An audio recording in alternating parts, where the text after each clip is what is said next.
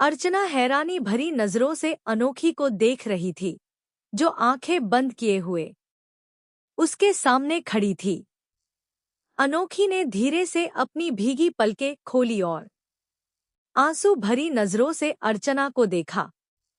अनोखी की आंखें लाल हो गई थी और आंसुओं से लबालब थी। उसके आंसू देख अर्चना के अंदर दर्द उठ रहा था। उसने ना में सर हिलाकर दाई माँ से कहा, नहीं काकी, ऐसा नहीं हो सकता। मैं जब होश में आई थी तब मिताली ही मेरे पास थी। मनीष ने कहा था मुझसे कि मिताली ही मेरी बेटी है। तुम होश में आई थी और तुमने मिताली को सामने देखा था। पर तुझे यह पता है कि तुझे होश में लाने के लिए इस लड़की ने क्या क्या किया है?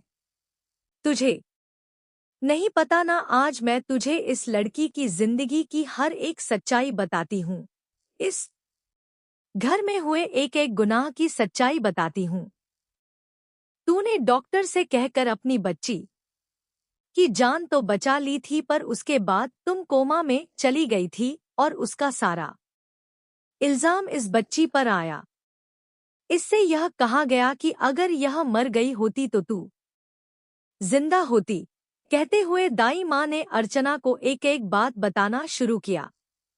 कैसे अनोखी पर इल्जाम लगे, कैसे मनीष उसे अनाथ आश्रम छोड़ना चाहता था, कैसे उसने अनोखी को अपने कलेजे से लगाकर आउट हाउस में पाला, कैसे अनोखी के पहली बार पापा कहाँ पर उसे मनीष का थप्पड़ मिला, कैसे जब उस बच्ची ने यह मान लिया कि उस की वजह से उसकी माँ की यह हालत है, तो उस छोटी सी उम्र में ही उसने कसम खा ली कि जब तक उसकी माँ ठीक नहीं होगी वह अपने पैरों का इलाज नहीं करवाएगी।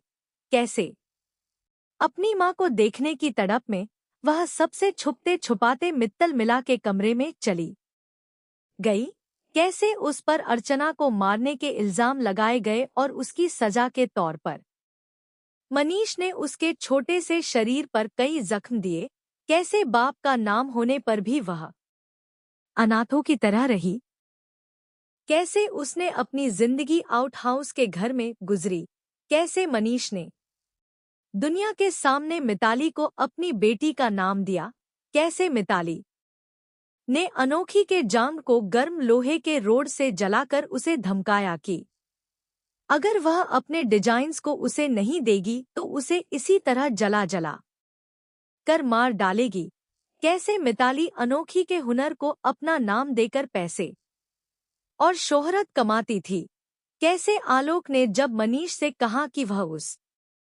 डॉक्टर को अर्चना के इलाज के लिए ले आएगा और गौरव की बिजनेस में हेल्प करेगा, तो गौरव और मनीष दोनों ने ही अनोखी को एक अनजान इंसान के हाथ में दे दिया, बिना यह सोचे समझे कि वह अनोखी के साथ करेगा क्या। कैसे अनोखी एक अनचाहे शादी में बंधी सिर्फ अपनी माँ के लिए, कैसे ऋषभ के गुस्से को उसने सहा, कैसे एक एक कर उसने सबका दिल जीता। दाई माँ रोते हुए अर्चना को अनोखी की जिंदगी की एक एक सच्चाई बताई जा रही थी और अर्चना का दिल उन बातों को सुनते हुए धड़कना भूल रहा था। उसकी आंखों में हैरानी और डर नजर आ रहा था। उसके कदम लड़खड़ा गए, पर ऋषभ ने अर्चना को संभाल लिया। अर्चना की नजर अभी भी अनोखी पर ही थी, जो उसे ही देख रही थी। उसकी आंखों से लगातार आंसू गिर रहे थे। अर्चना मनीष के पास आई और धीरे से उससे बोली, क्या काकी जो कह रही हो वह सच है? अर्चना, मेरी बात सिर्फ हाँ या ना। मनीष, मेरी बात सुनो, मैं तुमसे हाँ या ना। हाँ, मनीष ने कहा और उसके हाँ कहते ही अर्चना ने एक जोरदार तमाचा उसके गाल पर मारा। उसका तमाचा इतना जोर का था कि पूरा मनीष विला उसके थप्पड़ से गूंज उठा और मनीष के गालों पर अर्चना के पांचों उंगलियों के निशान छप गए और उसका चेहरा एक ओर झुक गया। वही अर्चना बेजान सी हो गई और सोफे पर थम से जा बैठी। उसका शरीर कांप रहा था। उसकी आंखों में आंसू नहीं थे, बस हैरानी थी, डर था। उसका चेहरा लाल हो गया था और उसके होंठ कांप रहे थे। ऋषभ ने अनोखी को देखा। उसकी भी हालत ऐसी ही थी, बिल्कुल अर्चना जैसी। उसका भी चेहरा लाल हो गया था। शरीर उसका भी हल्का हल्का कांप रहा था। कुछ कहने के लिए होठ कांप रहे थे। ऋषभ अनोखी के पास आया और उसके चेहरे को अपने दोनों हाथों में थाम कर बोला, कपकेक, जाओ अपनी मम्मा के पास। आज तुम्हें कोई नहीं रोक सकता उनसे मिलने। बोल वह सामने से हट गया और अनोखी धीरे धीरे कदमों से अर्चना के पास जाने लगी। मिताली उसे अर्चना के पास जाते देखा तो चिल्लाकर बोली, अनोखी वह मेरी माँ है, उनके पास जाने की हिम्मत भी मत करना। तभी गुस्से में रोहित ने मिताली के मुंह पर एक मुक्का मार दिया, जिससे मिताली की चीख के साथ साथ उसके आगे के दांत भी निकल गए और मुंह से खून निकलने लगा। शिवाय ने गुस्से से उससे कहा, अब अगर एक शब्द भी तूने बोला ना तो याद रखना, इन टूटे दांतों को तेरे हलक के नीचे से उतरवा दूंगा। उन दोनों का यह गुस्सा देख मिताली, गौरव और मनीष तीनों ही डर है। वहीं अनोखी और अर्चना दोनों ही जैसे मिताली की आवाज सुन ही नहीं रहे थे। अनोखी अर्चना के पास आई और उसके सामने जमीन पर अपने घुटनों के बल बैठ गई। उसने अर्चना के हाथ पर अपने कांपते हाथ रखे। उसके हाथों को महसूस कर अर्चना ने उसे देखा। 2 पल अर्चना को देखने के बाद अनोखी के मुंह से एक तड़प के साथ निकाला, मम्मा। मम्मा, अनोखी के कहे इस एक शब्द में इतनी तड़प थी जिसे सुन साफ पता चल रहा था कि अनोखी कितनी तड़पी होगी अपनी माँ को मम्मा बुलाने के लिए, और वही तड़प अर्चना में भी महसूस कर ली। उसकी आंखें जो अब तक सुखी थी उनमें आंसू भर गए और वो किसी झरने की तरह उसके आंखों से बहने लगे।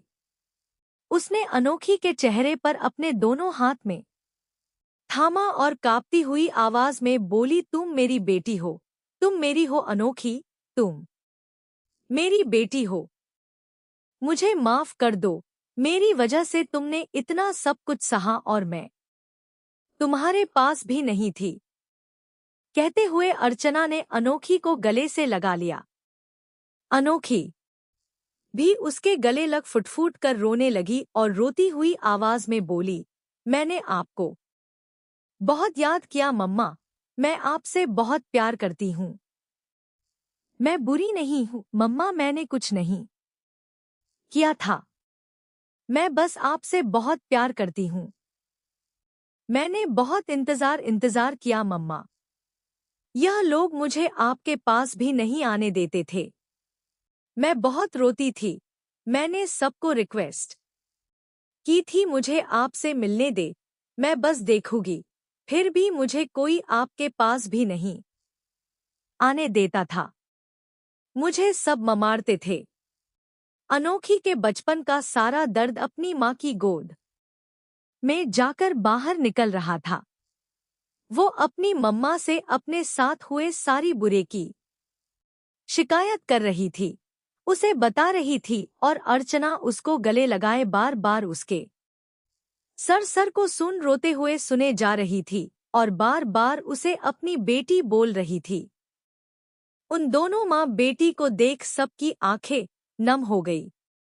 यहाँ तक कि आज ऋषभ भी अनोखी के उस दर्द को देख अपनी आंखें नम होने से रोक नहीं पाया। तभी अनोखी अर्चना से अलग हुई और उसे देखते हुए बोली, मम्मा मम्मा, क्या आपको भी लगता है मैं बुरी हूँ? मेरी वजह से आपकी वह हालत हुई थी। मैं आपकी जिंदगी का काला साया हूँ।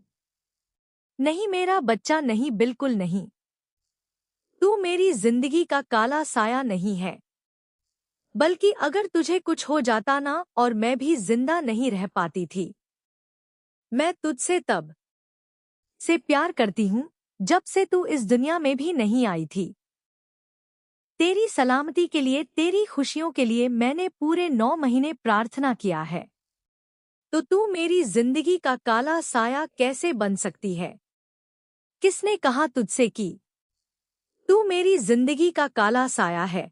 अनोखी ने मनीष की ओर इशारा कर दिया तो अर्चना की नजरें उस पर चली गई।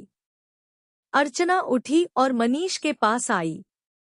उसका हाथ एक बार फिर उठ गया मनीष को थप्पड़ लगाने के लिए, पर उसके हाथ हवा में ही रुक गए। उसके हाथ रुक देख मनीष की आंखों में एक चमक से आ गई।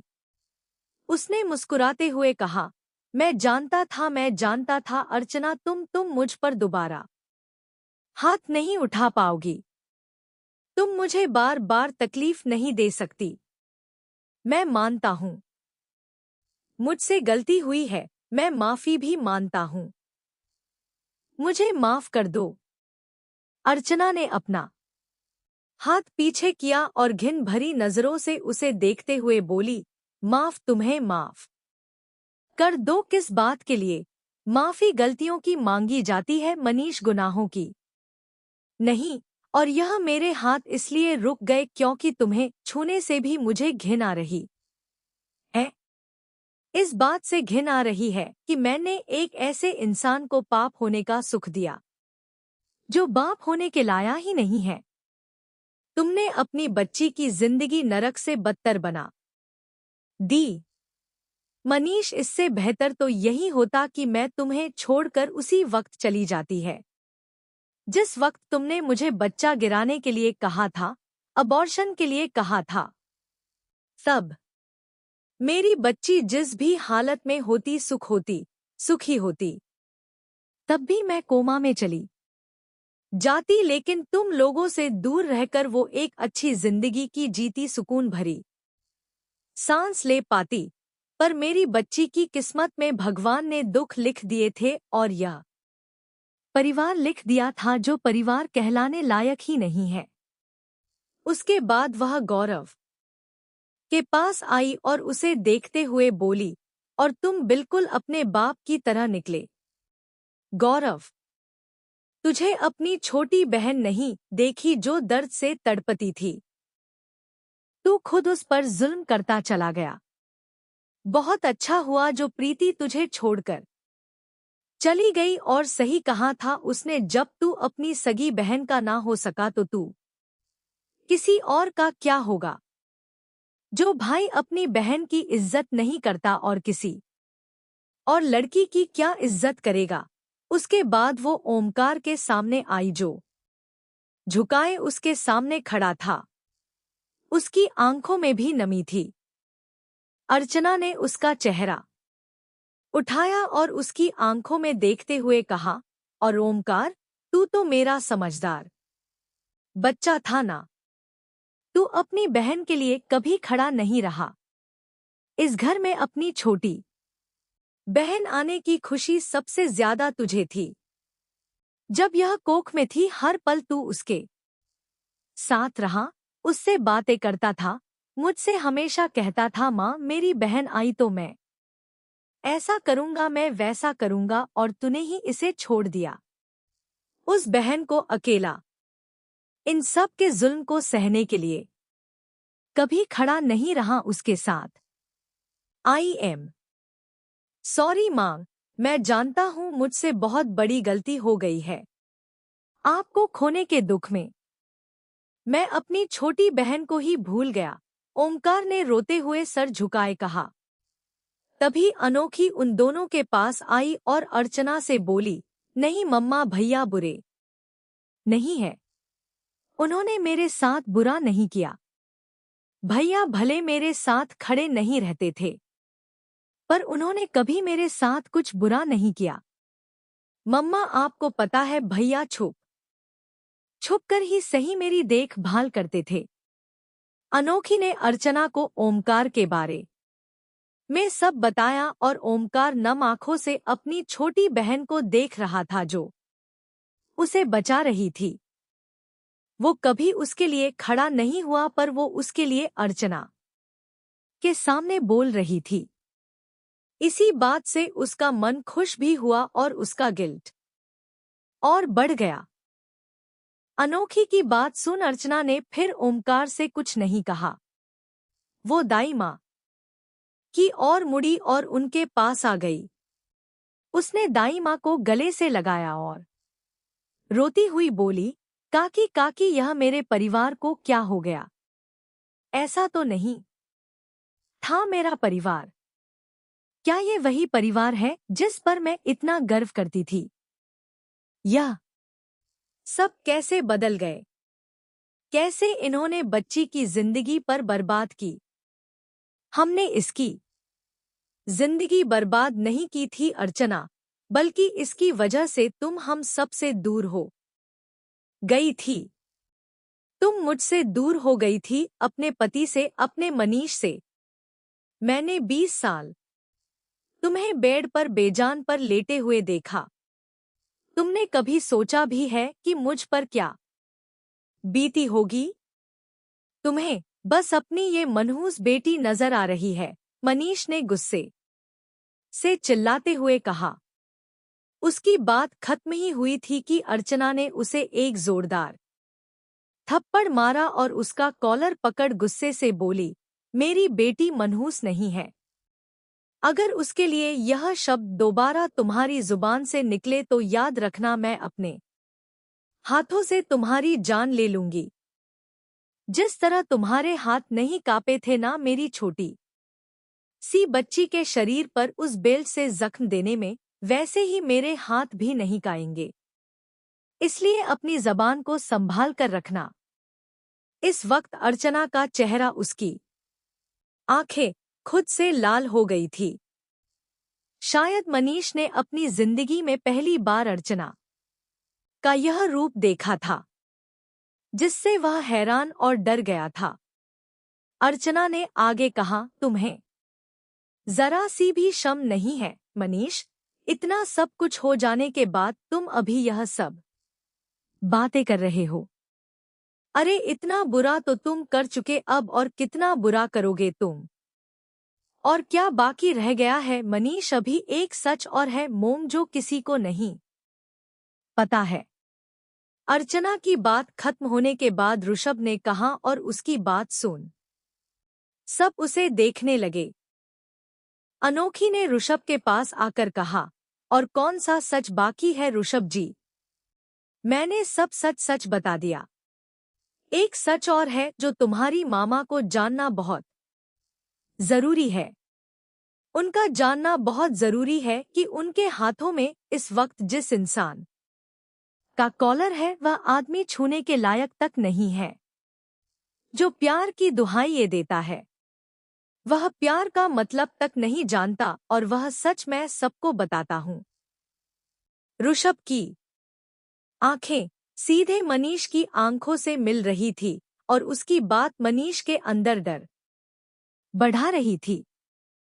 उसकी आंखें हैरानी से बड़ी हो गई, जैसे उसने भाप लिया हो कि ऋषभ किस बारे में बात करने वाला है। नहीं अर्चना, तुम इन लोगों की बात मत सुनो। मनीष ने अर्चना का हाथ पकड़ कहा ही था कि तभी हार्दिक मनीष के सर पर गन तानते हुए बोला, हाथ छोड़ आंटी का, वरना ऋषभ जो बात कहने वाला है वह तू नहीं, तेरी लाश सुनेगी। उस गन को देख अर्चना घबरा गई और मनीष ने भी घबराकर अर्चना का हाथ छोड़ दिया। ऋषभ, यह अर्चना ने इतना कहा ही था कि ऋषभ उसके पास आया।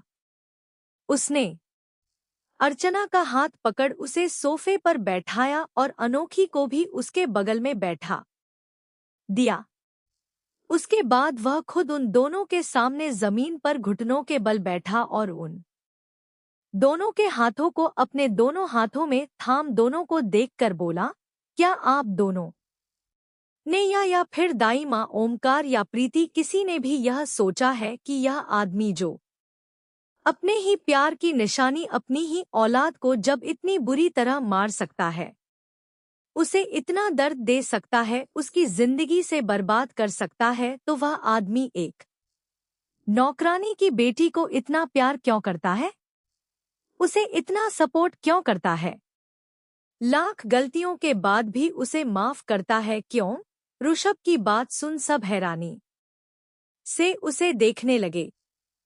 अनोखी भी हैरान हो गई और अर्चना मनीष को देखने लगी, जिस की आंखों में डर घबराहट थी इस बात की कि शायद एक और सच सामने आने वाला है। पूछा, आप कहना क्या चाहते हैं ऋषभ जी? अनोखी ने धीरे से ऋषभ कुछ जवाब देता कि अर्चना ना में सर हिलाकर बोली, नहीं, यह तो सच नहीं हो सकता। मनीष मुझे धोखा नहीं दे सकते। प्यार करते हैं वह। अर्चना समझ गई थी पर वह मनाना नहीं चाहती थी, पर अनोखी अब तक नहीं समझ पाई। वह सवालिया नजरों से उसे देखने लगी। उसे समझ नहीं आ रहा था कि आखिर अर्चना ने ऐसा क्यों कहा। तभी ऋषभ ने अर्चना की बात को नाकारते हुए कहा, जो आप सोच रही है वही सही है।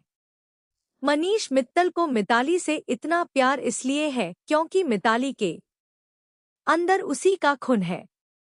मिताली मनीष मित्तल की नाजायज औलाद है और यह बात इस घर में मिताली और मनीष मित्तल के अलावा गौरव जानता है। ऋषभ की बात सबके कानों में किसी बम की तरह फटे थे। किसी को यकीन नहीं हो रहा था। सब हैरानी से मनीष को, मिताली को और गौरव को देख रहे थे।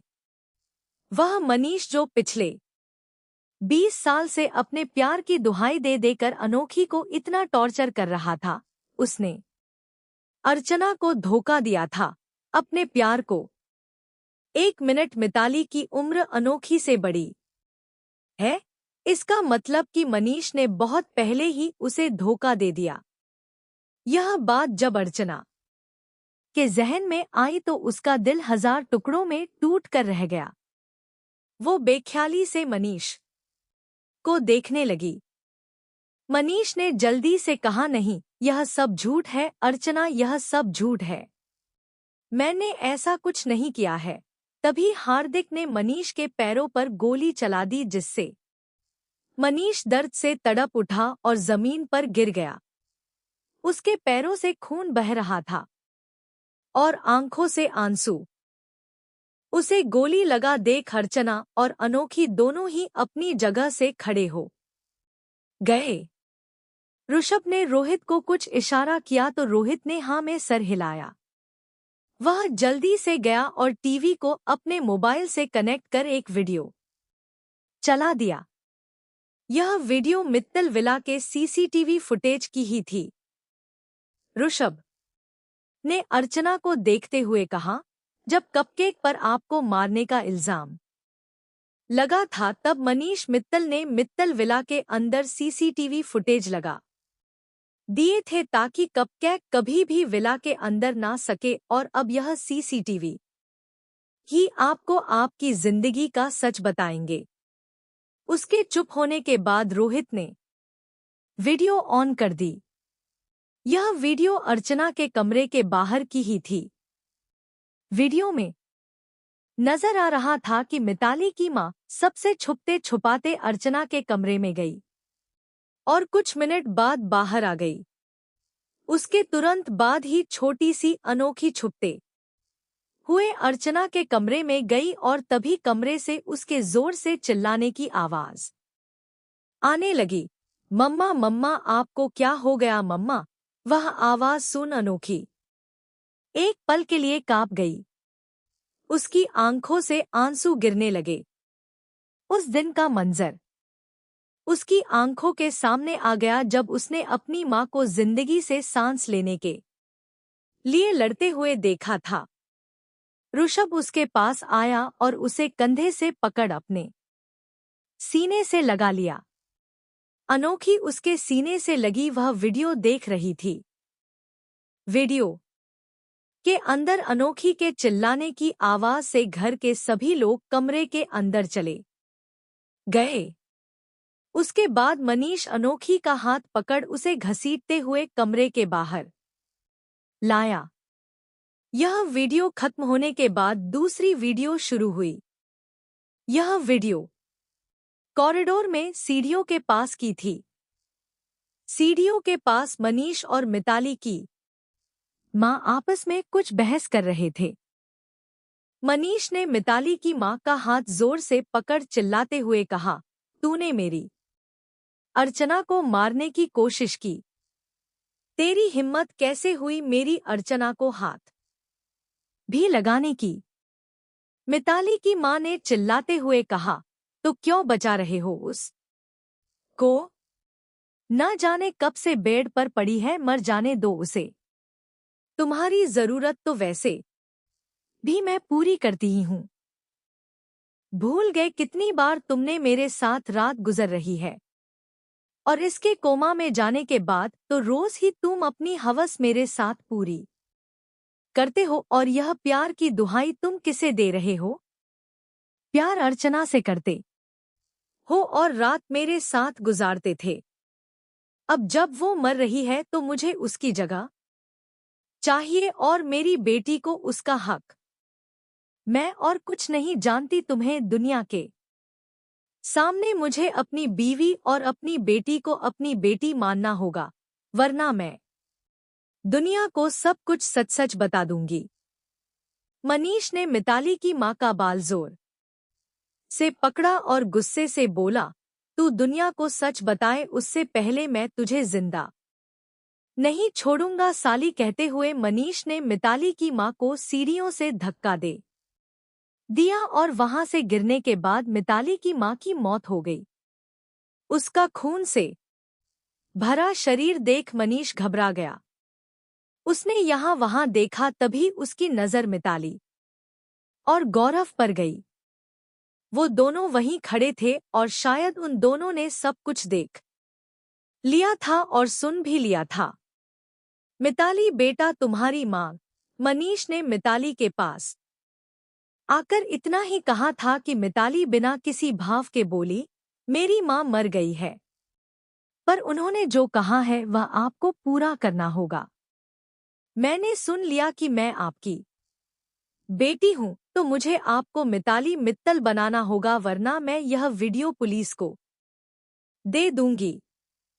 लेकिन अगर आपने मेरी बात मान ली और मुझे अपनी बेटी बना लिया, तो मैं बिल्कुल वैसा ही करूंगी जैसा आप चाहेंगे। मिताली के हाथ में फोन था। असल में मिताली और गौरव आपस में खेल रहे थे फोन के साथ, पर जब उन्होंने मनीष के चिल्लाने की आवाज सुनी तो वह दोनों वहां आ गए। और मिताली उस छोटी सी उम्र में ही इतनी चालाक थी कि उसने अपनी मां को बचाने के बदले को वीडियो बना लिया। गौरव उसे हैरानी से देख रहा था। उसने कहा, मिताली तुम अपनी मम्मी को बचाने नहीं गई थी और यहाँ खड़े खड़े वीडियो बना रही थी। तुम्हें डर नहीं लगा अपनी मम्मा को खोने का? मम्मा कैसी मम्मा? मैं तंग आ गई थी, एक नौकरानी की बेटी।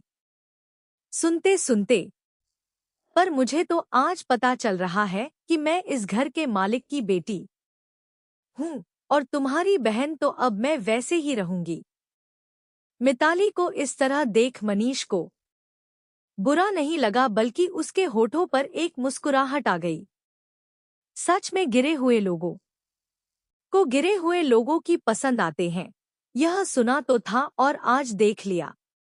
मनीष ने मिताली के सर पर हाथ रखकर कहा, बिल्कुल सही कहा तुमने। अब से तुम एक नौकरानी की बेटी नहीं, मनीष मित्तल की बेटी हो। और गौरव, आज जो कुछ भी हुआ, यह बात कभी किसी को पता नहीं चलना चाहिए। तुम्हें बहन चाहिए थी, यह तुम्हारी बहन है। तुम खुश हो। मुझे कोई बहन नहीं चाहिए और मुझे किसी से कोई मतलब नहीं। जैसा कि उसने कहा, अगर आपने मेरी भी बात नहीं मानी और मेरी ख्वाहिशों को पूरा नहीं किया तो मैं यह बात भी सबको बता दूंगा, बोल गौरव वहां से चला गया। दूध के दांत पालने में ही दिख जाते हैं। इसका परफेक्ट उदाहरण थे गौरव और मिताली। इतना बड़ा हादसा, इतनी बड़ी सच्चाई जानने के बाद भी दोनों के चेहरे पर कोई शिकन नहीं था, बल्कि उस छोटी सी उम्र में ही वह दोनों अपना फायदा देख रहे थे। मनीष ने मिताली के सर पर हाथ रखकर कहा, बिल्कुल सही कहा तुमने। अब से तुम एक नौकरानी की बेटी नहीं, मनीष मित्तल की बेटी हो। और गौरव, आज जो कुछ भी हुआ यह बात कभी किसी को पता नहीं चलना चाहिए। तुम्हें बहन चाहिए थी, यह तुम्हारी बहन है। तुम खुश हो, मुझे कोई बहन नहीं चाहिए और मुझे किसी से कोई मतलब नहीं। जैसा कि उसने कहा, अगर आपने मेरी भी बात नहीं मानी और मेरी ख्वाहिशों को पूरा नहीं किया तो मैं यह बात भी सबको बता दूंगा, बोल गौरव वहां से चला गया। दूध के दांत पालने में ही दिख जाते हैं। इसका परफेक्ट उदाहरण थे गौरव और मिताली। इतना बड़ा हादसा, इतनी बड़ी सच्चाई जानने के बाद भी दोनों के चेहरे पर कोई शिकन नहीं था, बल्कि उस छोटी सी उम्र में ही वह दोनों अपना फायदा देख रहे थे। सब हैरानी से टीवी स्क्रीन को देख रहे थे।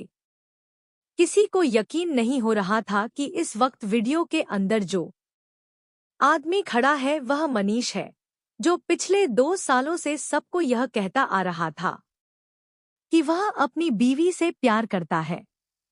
उस हालत में उसे नहीं देख सकता और उसे उस हालत में पहुंचने वाले इंसान को कभी माफ नहीं कर सकता। और उसी मनीष ने इस तरह अर्चना को धोखा दिया।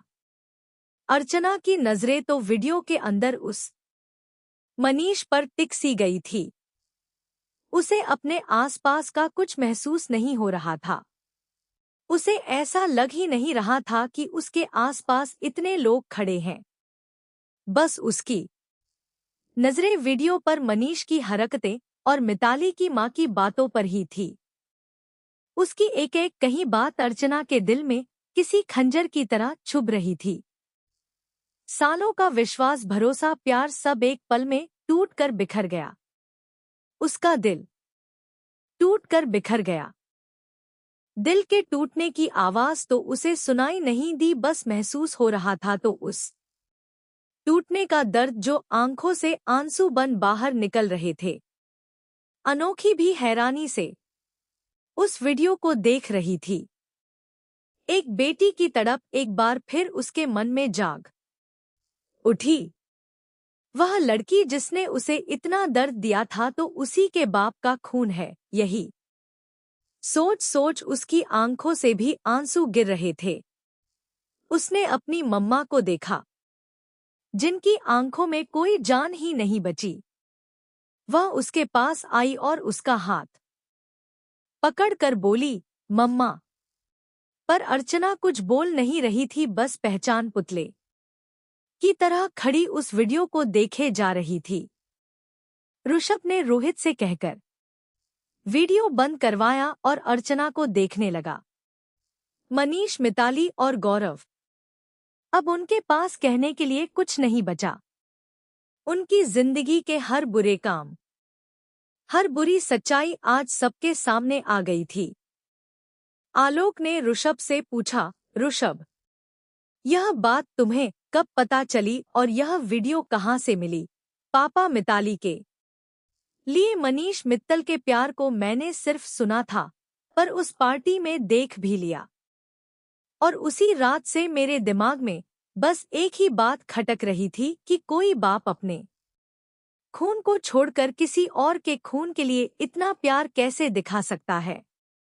इसलिए मैंने सोच लिया था कि इस बात की सच्चाई तो मैं जान कर ही रहूंगा। पर पार्टी के बाद इतना सब कुछ हो गया कि मुझे वक्त ही नहीं मिला। फिर जब मैं इंडिया वापस आया तो मुंबई आने के बजाय हम सीधे देहरादून चले आए। यहाँ पर आकर मुझे सिर्फ 2 दिन लगे और 2 दिनों में मनीष मित्तल की सारी सच्चाई मुझे पता चल गई और इसीलिए ही मैंने आपको सबको यहाँ लाने के लिए कहा। अर्चना ने अपने हाथ से अनोखी का हाथ हटाया और धीमे कदमों से मनीष के सामने आकर खड़ी हुई। अब मनीष के पास कहने के लिए कुछ नहीं था, बस नजरें झुकाए वह खड़ा था। उसकी करतूत ही ऐसी थी कि वह नजर उठाने लायक तक नहीं था। अर्चना ने उससे पूछा, क्यों किया मनीष तुमने ऐसा? क्या कमी रह गई थी मुझ में? ऐसी कौन सी जरूरत थी तुम्हारी जो मैं पूरी नहीं कर पाई? और तुम्हें अपनी जरूरत पूरी करने के लिए दूसरों का सहारा लेना पड़ा। इसके अलावा और कितने धोखे दिए तुमने मुझे मनीष? बोलो मनीष, दो मुझे जवाब मेरे सवालों का। क्यों धोखा दिया तुमने मुझे? अर्चना ने मनीष का कॉलर पकड़ लिया था। मनीष उसका हाथ पटक तेज आवाज में बोला, हाँ दिया धोखा तो और क्या करता? तुम्हारे पास मेरे लिए वक्त ही कहाँ रहता था? जब देखो तब बच्चों के आगे पीछे घूमती रहती थी। जब भी तुम्हारे करीब आता था तो बस मुझे अपने करीब आने नहीं देती थी, तो अपनी जरूरत पूरी करने के लिए मैं दूसरों के पास चला गया तो क्या गलती की मैंने? बार बार कहती थी मुझे बच्चा चाहिए, मुझे बच्चा चाहिए, मुझे बेटी चाहिए। अरे नहीं चाहिए थी मुझे बेटी। कहीं तुम फिर प्रेग्नेंट ना हो जाओ, इसलिए मैं तुम्हारे करीब नहीं आया और अपनी जरूरत थी पूरी करने के लिए मिताली की माँ के पास चला गया। इस वक्त मनीष अपने होश में नहीं था। सारी सच्चाई पूरी दुनिया के सामने आने के बाद वो जैसे पागल सा हो गया था। उसे इतना तो पता था कि अब वह बचेगा तो नहीं, इसलिए वह क्या बोले जा रहा था उसे खुद नहीं पता। उसे इस वक्त अपने पैर का दर्द भी महसूस नहीं हो रहा था। वह बस अपने अंदर की गंदगी अर्चना के सामने रख रहा था। अर्चना ने उसे धक्का दिया और खड़ी हो गई। अर्चना मुड़कर जाने लगी तो मनीष ने उसका पाँव पकड़कर कहा, आई एम सॉरी अर्चना, मुझे माफ कर दो। नहीं करूंगा, मैं ऐसा दोबारा कभी नहीं करूंगा। मुझे बस एक मौका दे दो, मैं तुमसे बहुत प्यार करता हूं। तभी अनोखी अर्चना के पास आई और मनीष को अर्चना से दूर कर चिल्लाते हुए बोली, मेरी मम्मा से दूर हटो, उन्हें छूना भी नहीं। आप किसी के प्यार के लायक नहीं हो। मुझे तो लगा था कि मेरे साथ जो भी हुआ वो इसलिए हुआ कि आप मम्मा से बहुत प्यार करते हैं, पर नहीं, आपके दिल में माँ के लिए कोई प्यार नहीं है। आपको तो बस अपनी जरूरत पूरी करनी थी। कितने गिरे हुए हैं आप, और अब मुझे खुद पर गुस्सा आ रहा है कि मैं आप जैसे इंसान को पापा कहने के लिए तड़पती थी। रहने दो अनोखी, तुम्हारे लिए यह बहुत अच्छा हुआ कि तुमने इस इंसान को पापा कहने की हिम्मत नहीं थी, क्योंकि यह इंसान बाप बनने के लायक है। गलती मेरी है जो मैं ऐसे इंसान को समझ ही नहीं पाई। अर्चना ने अनोखी का हाथ पकड़ उसे अपनी ओर कर बिना किसी भाव के कहा। उसके चेहरे पर कोई गुस्सा, कोई नाराज कि कोई दर्द नहीं था। कोई एक्सप्रेशन ही नहीं थे इस वक्त अर्चना के चेहरे पर यही भावहीन चेहरा ही सबको यह बताने के लिए काफी था कि उस वक्त वो कितने दर्द में है, और उसका वही दर्द अनोखी समझ गई और अर्चना के गले से लग रोने लगी। मनीष मित्तल, तुम्हारी हिम्मत कैसे हुई मेरी माँ के साथ इतना बड़ा धोखा करने की? इतने साल तुमने हम सबको धोखा दिया। आज मैं तुम्हें जिंदा नहीं छोड़ूंगा। ओमकार ने मनीष का कॉलर पकड़ गुस्से से कहा और एक के बाद एक उसके मुंह पर मुक्के मारने लगा। उसका एक एक घुसा इतना दमदार था कि मनीष के मुंह से खून निकलने लगा। उसका चेहरा सूज गया और ओमकार ने उसके राइट साइड का जबड़ा तक तोड़ दिया था। बहुत मुश्किल से विक्रम, प्रवीण, हार्दिक और शिवाय ने उसे पकड़कर मनीष से दूर किया, वरना ओमकार इस वक्त मनीष को मार ही डालता। हालांकि उसकी मौत तो निश्चित थी, पर वह ऐसे इतनी आसानी से नहीं मार सकता था। मॉम, ये इंसान माफी के लायक नहीं, सजा के लायक है। ऋषभ ने अर्चना और अनोखी के पास आकर कहा तो अर्चना और अनोखी दोनों ही उसे देखने लगे। ऋषभ ने आगे कहा, सजा तो इन तीनों को जरूर मिलेगी। आप दोनों के साथ गलत हुआ है तो सजा क्या होगी वह आप दोनों चुन लो। नहीं तो अगर मैं सजा देने पर आया तो याद रखना, ऋषभ शेरगिल की डिक्शनरी में ऐसे लोगों के लिए सजा के तौर पर इन्हें सिर्फ मौत ही मिलती है। ऋषभ की बात सुन मनीष, मिताली और गौरव की आंखें डर से बड़ी हो गई, पर बाकी किसी के चेहरे पर कोई भाव नहीं थे। उन्हें कोई फर्क नहीं पड़ा ऋषभ की कही इस बात को लेकर, क्योंकि उन सबको पता था इन लोगों को वैसे भी ऋषभ कभी जिंदा नहीं छोड़ेगा। अर्चना उसी तरह बिना किसी भाव के ऋषभ से बोली, मेरा इस घर के लोगों से कोई रिश्ता नहीं है। मेरे सिर्फ 2 ही बच्चे हैं, मेरी अनोखी और मेरा ओमकार, इसलिए किसी के मरने से मुझे कोई फर्क नहीं पड़ेगा। अगर इन लोगों के किए की सजा मौत ही है तो वही सही। पर हाँ, एक माँ होने के नाते एक बात जरूर कहूंगी, इन सब ने मेरी बेटी को जो दर्द दिया है वह दर्द देने के बाद ही इन्हें मौत देना। अर्चना की इस बात ने वहां खड़े हर एक इंसान को हैरान कर दिया।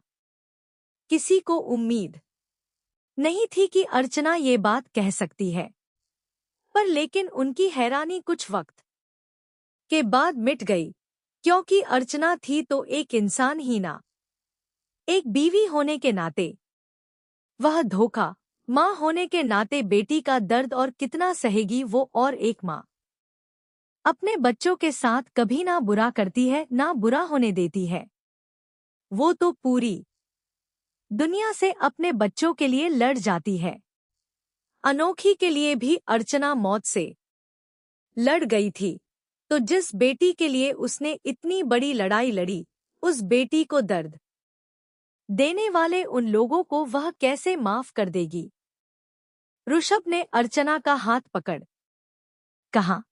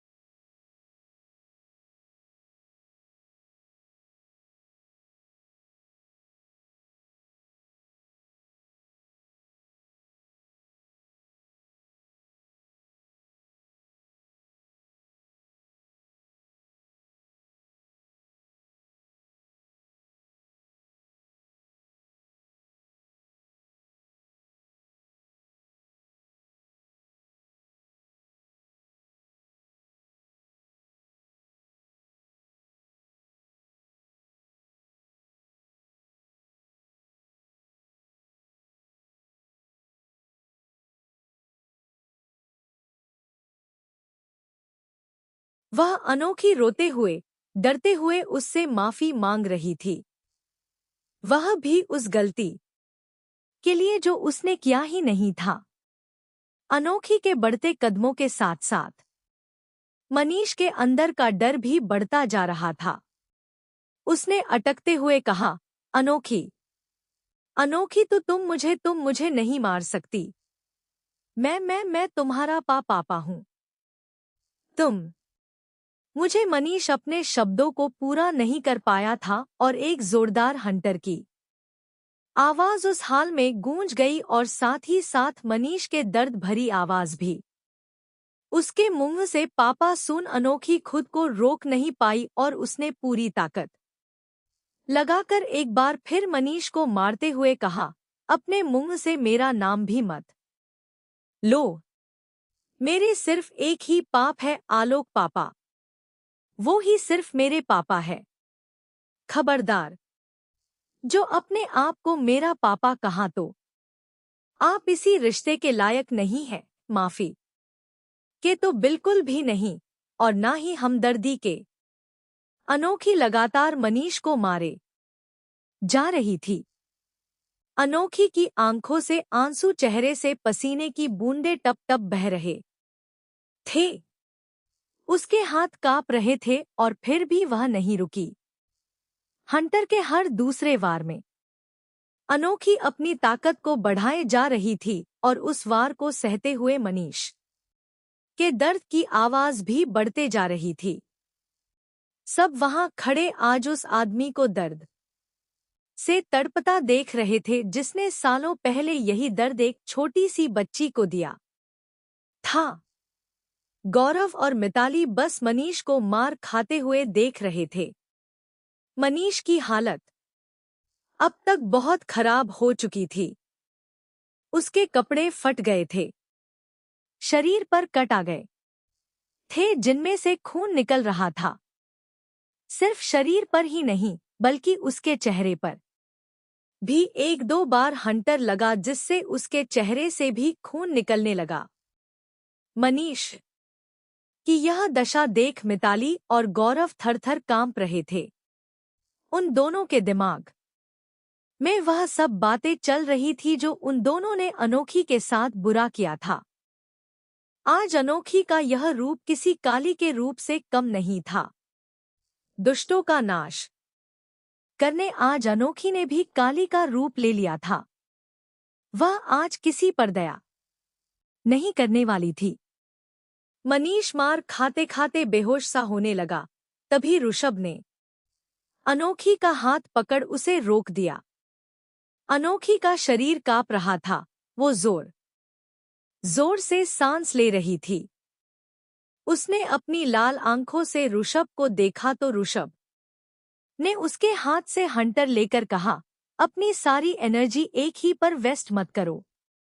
कपकेक, वहां दो लोग और तुम्हारा इंतजार कर रहे हैं। उसके कहने पर अनोखी की नजर मिताली पर चली गई।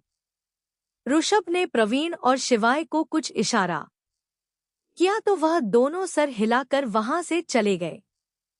कुछ देर बाद प्रवीण अपने हाथ में पानी से भरी एक बाल्टी लिए आया और उस पूरे पानी को मनीष के शरीर पर डाल दिया जिससे मनीष बिन पानी मछली की तरह तड़पने लगा। क्योंकि उस पानी में प्रवीण ने नमक मिलाया था जो मनीष के शरीर के जख्मों पर पड़ते ही उसे बेहिसाब जलन होने लगी। मनीष दर्द से जलन से तड़प रहा था और शिवाय अपने हाथ में दो लोहे का रोड लिए आया जो पूरी तरह से गर्म था और हल्का लाल। उस रोड को देख मिताली की आंखें डर से कांप गई। वह पीछे होते हुए ना में सर हिलाते हुए बोली, नहीं नहीं, तुम मेरे साथ ऐसा नहीं कर सकती। तभी वह और पीछे जाती उससे पहले हार्दिक और रोहित ने उसे पकड़ा और रोहित ने कहा, बहुत डर लग रहा है यह देखकर। जब मेरी भाभी को तूने इसी तरह जलाया था तब डर नहीं लगा था। तुझे पता है कि यह यहाँ दो रोड क्यों है? क्योंकि असल के साथ सूद जो देना है तुझे। जो दर्द तूने भाभी को दिया था ना, उसका दुखाना दर्द अब तुझे सहाना है। अनोखी शिवाय के पास आई और उसने वह दोनों रोड कपड़े के सहारे पकड़ लिया और उसे लिए मिताली के पास आई। मिताली छटपटा रही थी, इसलिए हार्दिक ने उसे जमीन पर धक्का दिया और हार्दिक, रोहित, शिवाय और प्रवीण ने मिलकर उसके हाथ पांव पकड़ लिए। अनोखी के हाथ बुरी तरह कांप रहे थे। वो अपना दर्द याद कर रही थी। एक बार के लिए तो उसकी हिम्मत ही नहीं हुई कि वो यह जलती हुई रोड मिताली के शरीर पर रख दे। पर तभी पीछे से ऋषभ ने अनोखी के दोनों हाथों को थामा और उससे बोला, यह तुम्हारी हमदर्दी के लायक नहीं है कपकैक, और तुम कुछ गलत नहीं कर रही हो। तुम बस वह कर रही हो जो तुम्हारे साथ हुआ। अनोखी ने चेहरा उठाकर उसे देखा और हाँ में सर हिला दिया। ऋषभ के हाथ अभी भी अनोखी के हाथों को थामे थे और दोनों ने मिलकर वह जलती हुई रोड मिताली की जांग पर रख दिया। उस गर्म रोड के शरीर पर पड़ते ही मिताली की एक भयानक दर्द भरी चीख पूरे मित्तल विला में गूंज गई। अनोखी ने कसकर अपनी आंखें बंद कर ली थी और ऋषभ ने उसके हाथ से वह रोड ले लिया था। उसके बाद ऋषभ अनोखी को लेकर गौरव के पास आया। गौरव अनोखी से रोते हुए बोला, अनोखी अनोखी मैंने आज तक तुम्हारे साथ जो भी किया उसके लिए मुझे माफ कर दो। मैंने तुम्हें कभी दर्द नहीं दिया, कोई चोट नहीं पहुंचाई। तुम्हें याद है ना? हाँ, मुझे याद है। मुझे याद है किस तरह बचपन में आपने मुझे दूर धकेल दिया था। मुझे याद है किस तरह आपने मुझे बेच दिया था ताकि पापा आपकी कंपनी के लिए प्रॉफिट कर पाएं। मुझे याद है किस तरह अपने हर बार मेरे लंगड़े होने का एहसास मुझे दिलाया था। मुझे याद है वह तमाचा जो माँ के रूम में आपने मुझे मारा था, जिस वजह से मैं टेबल के पास गिर गई थी और टेबल से मेरे सर पर चोट आ गई थी। और सबसे बड़ी बात, मुझे याद है किस तरह आपको बचपन से पता था कि मिताली इस आदमी की नाजायज औलाद है। यह आदमी मम्मा को धोखा दे रहा था, पर फिर भी आप चुप रहे। अनोखी एक एक कर गौरव को उसकी गलतियां गिनवाने लगी और गौरव चुप हो गया। उसने अपना सर झुका लिया। आखिर उसने अपनी गलतियां मान ली और सजा भी। ऋषभ में गन लोड किया और अनोखी के हाथ में थमा दिया तो अनोखी ने ना में सर हिला दिया। वो गन लिए ओमकार के पास आई और उसके हाथ में देखकर बोली, माँ, सिर्फ मेरी मम्मा ही नहीं थी, आपकी भी थी। मैंने तो सजा दी थी, अब आपकी बारी इन तीनों को सजा देने की। ओमकार अब तक शांत खड़ा था। वो आंखों में नमी लिए अपनी उस छोटी सी बहन को देख रहा था जो हर वक्त डरी रहती थी, चुपचाप रहती थी, पर आज किसी शेरनी की तरह उसके सामने खड़ी थी। उसने ऋषभ को देखा तो ऋषभ ने धीरे से अपना सर हाँ में हिला दिया। ओमकार ने अनोखी के गाल पर हाथ रखा और फिर गौरव, मिताली और मनीष के सामने आया। गौरव चुपचाप सर झुकाए बैठा था। मिताली और मनीष दर्द से, जलन से तड़प रहे थे। ओमकार ने उन तीनों को देखते हुए कहा, तुम सबके पापों का घड़ा भर गया और अब उसके फूटने की बारी है। बोल। ओमकार ने बिना कोई देरी और बिना किसी एक्सप्रेशन के मनीष, मिताली और गौरव के सीने पर गोली चला दी। गोली की आवाज नहीं आई थी क्योंकि ऋषभ ने गन पर साइलेंसर लगा रखा था, पर ओमकार को अपने अंदर कुछ टूटता हुआ महसूस हो रहा था। अनोखी ने तो ना सही, पर ओमकार ने तो मनीष को अपना पापा माना ही था, गौरव को अपना भाई माना ही था, और आज उसने अपने हाथों से इन दोनों को मार दिया। वह अपने घुटनों के बल बैठ गया और मनीष और गौरव की लाश को देखने लगा। उसकी आंखों से आंसू बहने लगे। अनोखी ने कसकर ऋषभ को गले से लगा लिया और फूट फूट कर रोने लगी। विक्रम हार्दिक, प्रवीण, रोहित और शिवाय, उन सभी के चेहरे पर निराशा थी। उन्हें उन तीनों के मरने का कोई गम नहीं था, पर ओमकार और अनोखी की ऐसी हालत देख उन सबको बहुत बुरा लग रहा था। विक्रम ओमकार के पास आया और उसके कंधे पर हाथ रख उसके बगल में बैठ गया तो ओमकार उसके गले लगा लिया।